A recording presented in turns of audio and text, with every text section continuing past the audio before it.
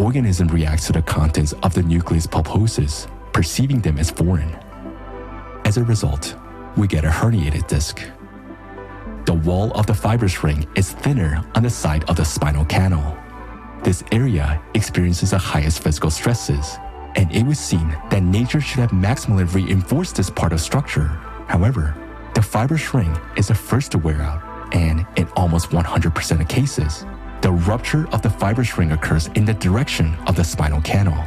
Apparently, it was initially intended that upon rupture, the content of the nucleus pulposus of the intervertebral disc would spill out into the spinal canal. It is on this side that the cerebral spinal fluid goes up and reaches the brain. In other words, the contents of the nucleus pulposus, along with the cerebral spinal fluid, passes through the arachnoid membrane and gets into the brain, the center of genetic formation, where it would start the processes of rejuvenation and complete organism regeneration, similar to those observed by scientists in mice.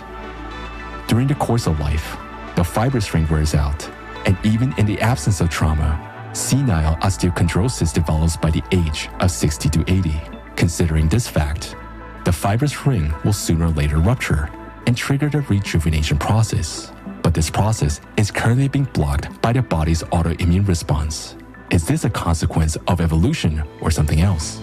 Therefore, we could assume that the human body possesses a self-healing mechanism, knowledge of which existed in ancient times. However, for some reason, it has been disrupted. Evidence that humans carried a source of life within themselves can be found in myths and legends of ancient times. For instance, Judean tales of the Lutz bones as a bone of immortality, a resurrecting bone, an ancient Egyptian legend of the backbone of Osiris, the jade symbolizing the triumph of Osiris over death. However, this mechanism has one disadvantage. If a person has a congenital diseases, they will remain despite the rejuvenation of the body.